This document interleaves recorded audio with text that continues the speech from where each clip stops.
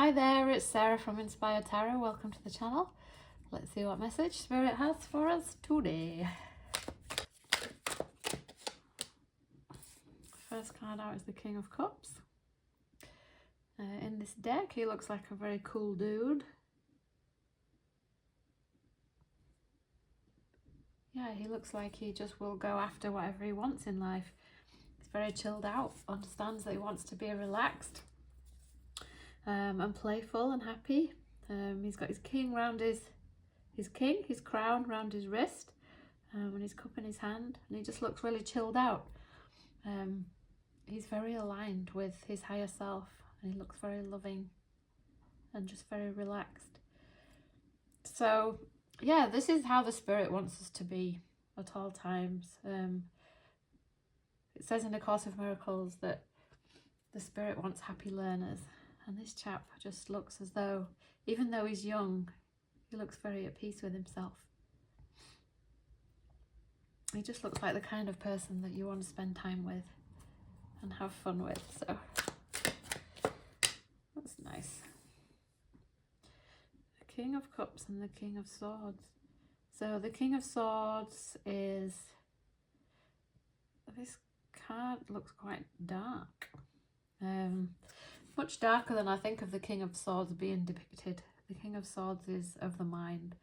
So this is somebody who's mastered the mind and understands that the mind is power, but we can't over-intellectualize or rely on facts, because what we think of as facts in this world are really just illusions or perceptions, unless we're seeing everything as harmonious and whole.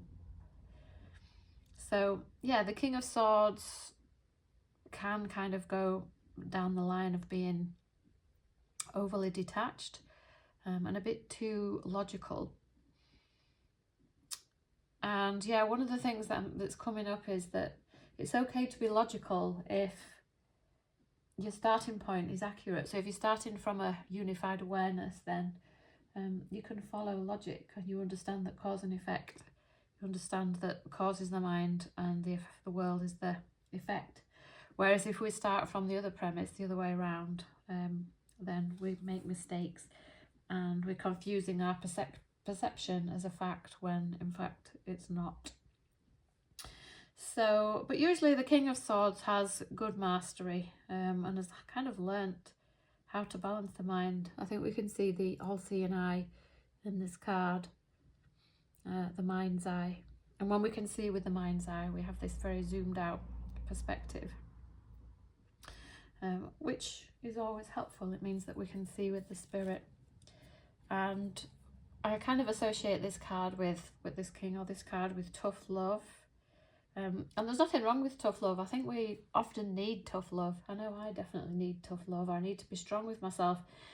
It's easy to fall back into feeling weak and feeling like a victim. But the King of Swords is very uncompromising and no nonsense, and has a lot of self-respect, and is very comfortable being honest and decisive.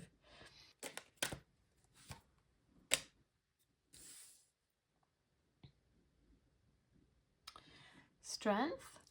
So the Strength card is about our inner nature, about how determined we are, how resilient and persistent, and also how comfortable we are with being defenseless and being composed and being brave, and also compassionate. So I mean, all of these cards do tie together well, in that we've got the balance between the emotions and the mind. And the Strength card is very much showing us that God is love and God is truth, and duality is not truth. You know, that's the illusion, and we're being reminded to align with God even when it feels as if we're kind of annihilating our human self and going against ourselves. And we need to keep that inner strength and remember that the awakening process is an undoing. So it feels strange, it can feel like the process of annihilation, but we can do it. You know, we have the strength of God within us, and this card has the infinity symbol on, yeah, to show that nothing can ever be lost.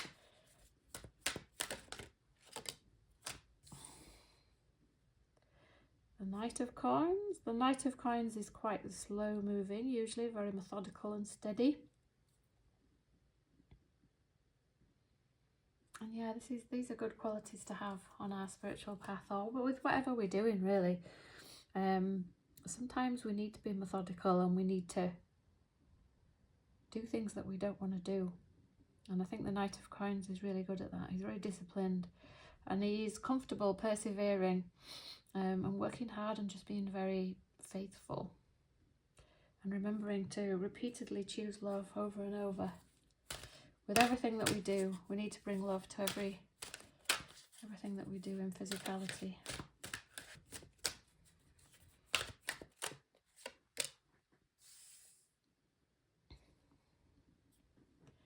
Queen of Coins. The Queen of Coins is very... The earth is very close to her heart. She loves to nurture. She's very grounded. And she likes to give a lot back. She feels very at home in the world, even though knows she's not of it. She's kind of adapted. She's very anchored within, in the light and the truth, and she's able to be a wonderful nurturing presence in the world. And we can see here in this card that she's kind of cradling the sun, which to me shows that she has like light and warmth inside her, and that she radiates that out, and she uses it to grow things and to nurture these two little cats. She likes to take care of the material world and just take care of herself and others. She values herself and she likes to eat well and go on trips and keep a nice home. She just has nice standards and likes a comfortable environment.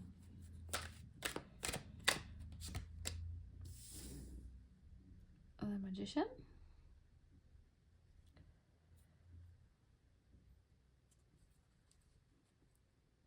So the Magician card is a reminder that we have all the powers within us, and it's up to us to alchemize everything that comes our way. Up to us to see that everything that happens to us can be transformed into a useful experience. And I think traditionally this card is kind of used to talk about that we can manifest or we can make anything happen. I like to think of manifesting as we want to manifest peace of mind. We want to manifest forgiveness and our highest self. And we can, of course, manifest anything that we want. But we're remembering that we do that from within through the way we think. And the more we align with the truth and with love, the more we end up calling forward beautiful experiences and holy encounters. And this Magician card just shows us that we have the power to do that.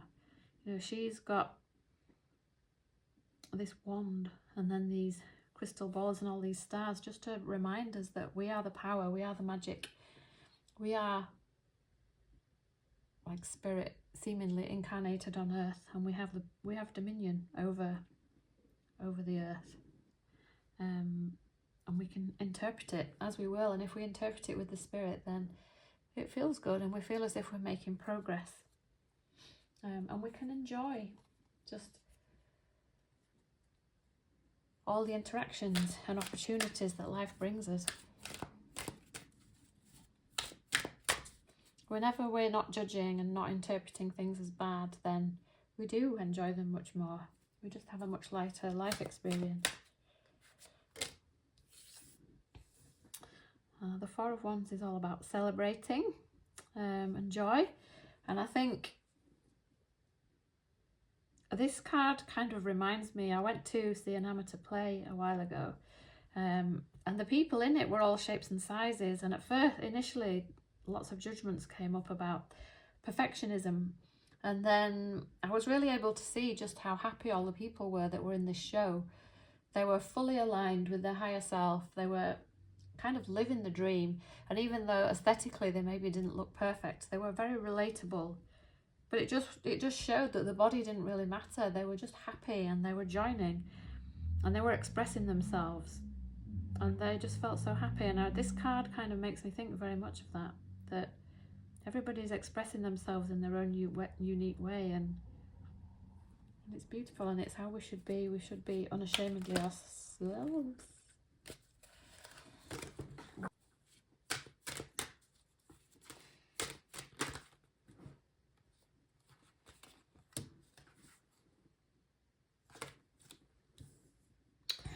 The Hierophant. So the Hierophant card talks of our spiritual reality and our spiritual understanding. And I think we tend to associate the Hierophant card more with traditional religions. But it's just essentially to do with, what I kind of want to reinterpret this card as anything to do with our awakening path, and that our understanding of religion and spirituality is going to change over time as we expand, and as we understand more and more that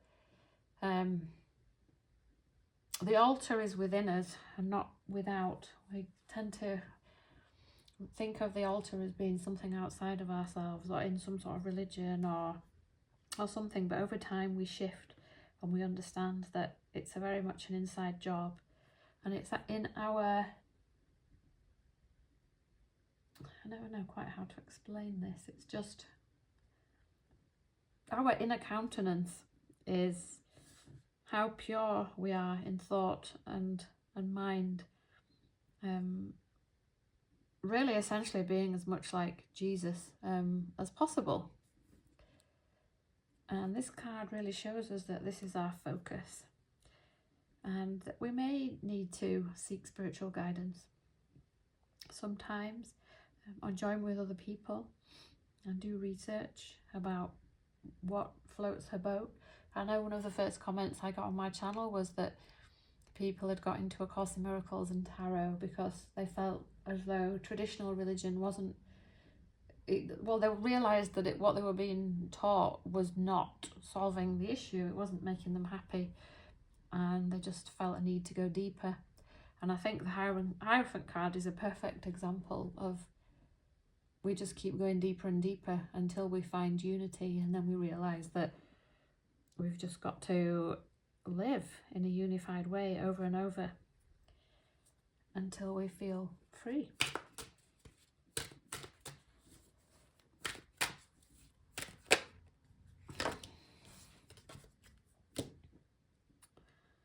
These two cards have jumped out, the Ace of Wands and the Nine of Coins. Now the Ace of Wands is a new start that we're excited about. So it could be a new start that we've just gone a little bit deeper on our spiritual path. Often things that we read about will land a little bit deeper over time. That's why I sometimes think it's nice to read a book and then read it again a couple of years later, and then maybe again. I quite like to listen to The Disappearance of the Universe by Gary Renard.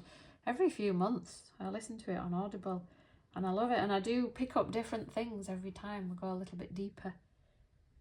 So we're always having new opportunities to dig deeper into the spiritual and energetic realm, and trust our instincts.